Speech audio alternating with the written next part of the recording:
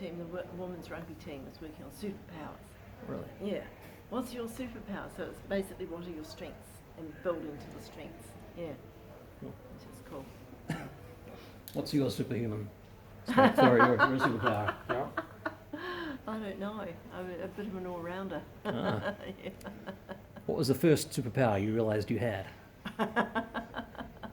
Or No, I'm the in wrong real life. generation. I'm Yeah. the wrong generation for that, I think. Okay, well, what I'm bringing to Extinction Rebellion is two things. One is I'm very good at the meta vision, and then getting things organised. So, you know, and I'll put my hand to anything.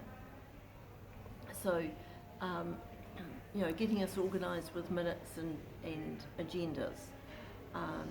I've taken over the newsletter. I've basically taken over is wrong. I've been pushed into it because nobody else was doing it. Yeah. A sort of coordination role. And now I'm quite consciously trying to push it out to get more people Delegate. doing more stuff. Kind of delegate. It's more, delegate indicates too much control. It's more, hey, you've got a good idea, you've just said a good idea, how can we work together to help that to happen? Mm-hmm. Yeah, because often people could do it, but they don't quite have the confidence or don't feel like they've got the authority or something like that. So I just give it to them. Okay. Whether I've got it or not is another issue. Yeah. Well, related to delegate, I suppose, maybe more like seek support or demand support, Yeah. or look for opportunities to work together, perhaps. Yeah. One of the things I've really picked up, like I loved it with Extinction Rebellion when it first happened. They spoke about creating a regenerative culture, a culture that really cherishes us and affirms us. We were not good at it when we started. We had a very traditional type culture for being a left-wing activist group. What do you mean? What does that look like? That looks like authoritative, directional. This is how things ought to be done. Yeah. Yeah. Right. Which is not how you work with voluntary community groups. Yeah. Restore Passenger Rail is much more overt about it. Meetings start with a centering and valuing meditation. Yeah, only about a minute or a minute and a half, but just saying, feet on the ground, few big deep breaths, be calm, value ourselves for doing this mahi. Value the people in the group for doing this mahi. Yeah? Right. Yeah. It's amazing. It's really brilliant. And I'm wanting to bring that into Extinction Rebellion Tamaki. Yeah. It's so good. How did you first get involved with Extinction Rebellion Tamaki, and why? And why? What's your first memory of learning about the climate crisis or environmental problems? Well, I have to go way back. Like I was talking before about becoming politically active and the role that my then husband had of having to justify to, in the middle of the Vietnam War, having to justify to a board that he was a conscientious objector. It wasn't protest against the Vietnam War, it was a deeply held belief. It wasn't because it was religious, it was a deeply held belief. That was incredibly conscientizing for him and me. Then along comes, you know, like we're already beginning to get involved because of the Vietnam War, politically aware, I should say. And then the Peace Squadron starts, and we're sea gypsies, and so we go, well, you got to.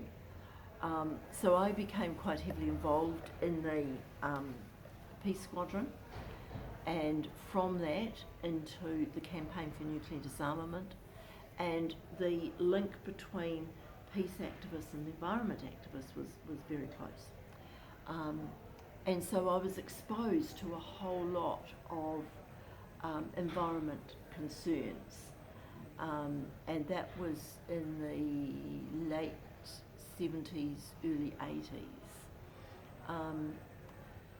I looked at systems change. I became in contact with the people around the Values Party. Jeanette Fitzsimons had a big influence on me becoming aware of the environment issues. If we jump forward, so I keep on being open, hearing what's being said, doing a bit here and there, petitions, marches, rallies, what have you, over the years. But I got to a stage where I knew it was really, really bad, and that we were not doing anything about it. And I didn't want to know anymore. If I couldn't do something about it, I didn't want to know it was bad. What was bad? The environment. The environment in general. In general. Okay. We are ruining the environment. We know what we've got to do. We're not doing it, and nothing seems to be around. Like if I look at the environment groups, they're doing it a little bit incrementally here, incrementally there. There isn't one big campaign to get the total environment addressed. Yeah. And so I said, I don't want to know this. This is too horrible. I'm shutting my eyes to how bad it is. Willful ignorance. Yeah, Stepped towards willful ignorance, right? Yeah, I was. Yeah, doing it very consciously. Yeah, because I couldn't do anything about it. Yeah, and then I saw in the local newspaper, public meeting, everything you need to know about the environment, and you probably don't, and what to do about it. Good. And so I thought, oh, all right then, I'll go along, see what they've got to say. It probably won't be very good. I said to my partner, that's what I'll do. Don't bother coming with me. It's probably not going to be really good. Okay. Well, it was damn good. Right.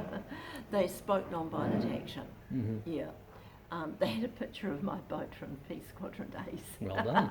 Good on you. All right. And it's sort of like, well, yeah, it's sort of like that's what I've been waiting for.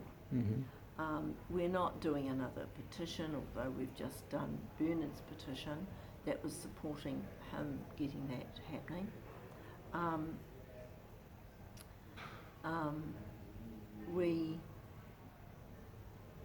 We were looking at the whole ethos of Extinction Rebellion is to run a non-violent action, disruptive action campaign to get action. We're not doing that, and part of that is because as we're building up to do it, and I've already mentioned that we had some operational stuff that was less than desirable, and it was alienating people, not living to the principles. We didn't get really organised, so we had a big, and Eugene mentioned it to me today, we had a protest on a corner down here that it was badly thought through. It was spontaneous. Extinction Rebellion. Extinction. Right. When was this? How many years ago? 2019. Yeah, end of 2019. Right. And we're building on and thinking of doing something reasonably big, and COVID comes. Yeah. And people just dropped away. I suddenly realised, because I wasn't in a leadership role then, and I suddenly realised nobody was calling meetings. We could have Zoom meetings and nobody was doing it. So I put the word out, shouldn't we have some meetings? Well, who responded was a bunch of old women. Great. That's where the power is, the real power. Yeah. And while they're not so active with us now, they held it for basically a year. Awesome. Yeah, it was. Yeah. And I got kind of propelled into a leadership role with them. Great. And we're stumbled on from there, but in Tamaki, I think we're doing well now with building, with mobilising. That's what we said we would do this year, and it's pretty much what we've done. Cool. But then comes along Restore Passenger Rail, and it's doing the dream of Extinction Rebellion, of a very active, non-violent, strictly non-violent, and that they've done it really well, disruptive campaign.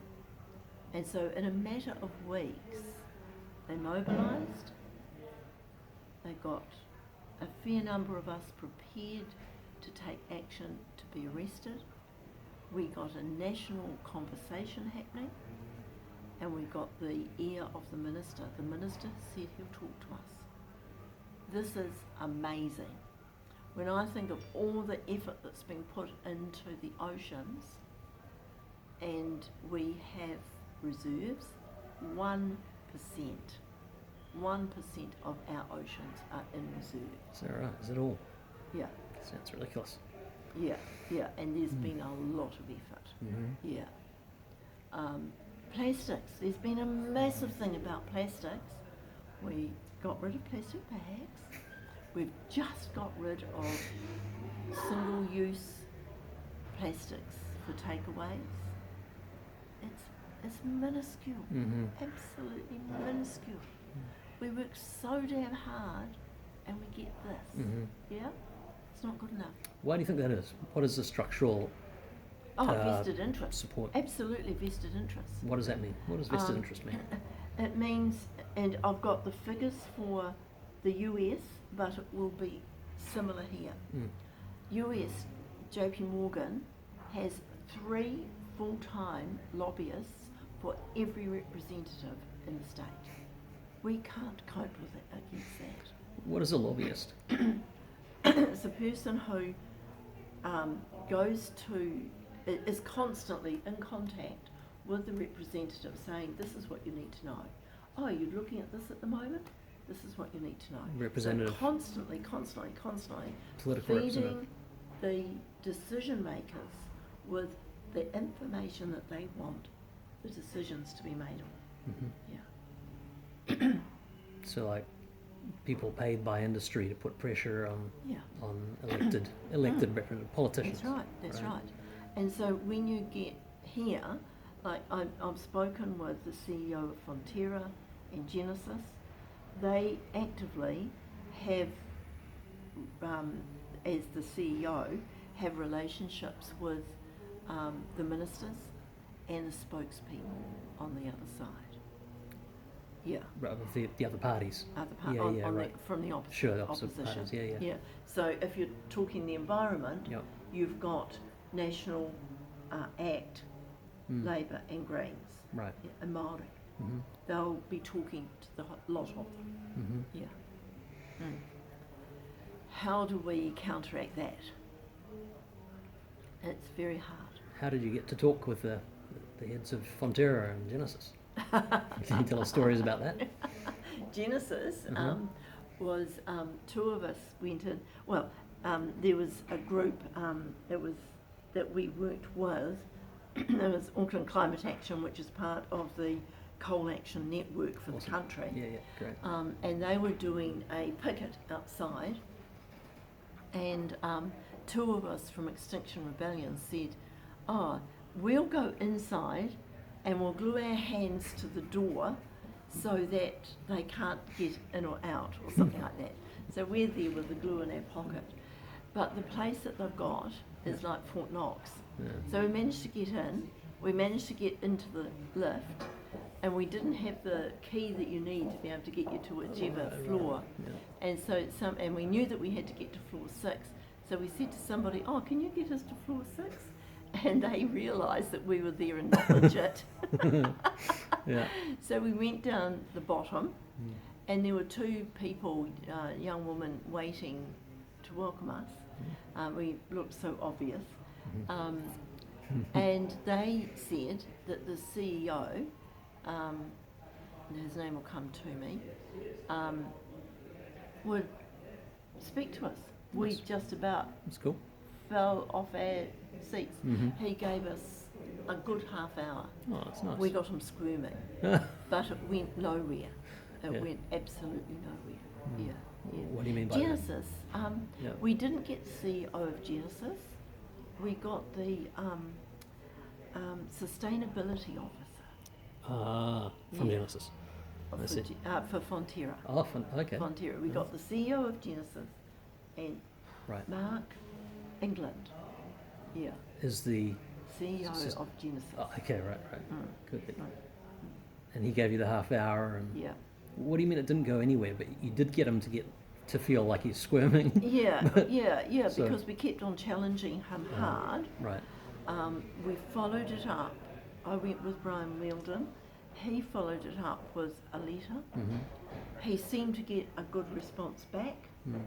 He went back and then he got a standard letter. Yeah. And it was obvious it was going nowhere. Right. So they placated us. Yeah. Yeah. They entertained you for a while, and then said, "Sorry, Made it's us enough." feel like we were getting somewhere, and it goes nowhere. So what option do we have but to do things like shut them down? You know? What sort of questions did you ask him to get him squirming, do you think? We spoke about the climate crisis. We gave him some hard data. He tried to say things like, well, you have to keep the Huntley coal-fired coal station going, Because of what, jobs or what? no, to meet demand. And we know that they are sitting on wind farm permits and haven't actioned them. And we said, why not? And Good. the issue is, how are we going to stop the climate crisis that we're in? It's not whether or not we can do it. We just have to do it. Yeah. There's no question. When did How you? do we get those emissions down is what he needs to be having at the top of his agenda, and he hasn't. Yeah. That's the problem with having private companies. They answer to the shareholders instead of the wider general public. Why?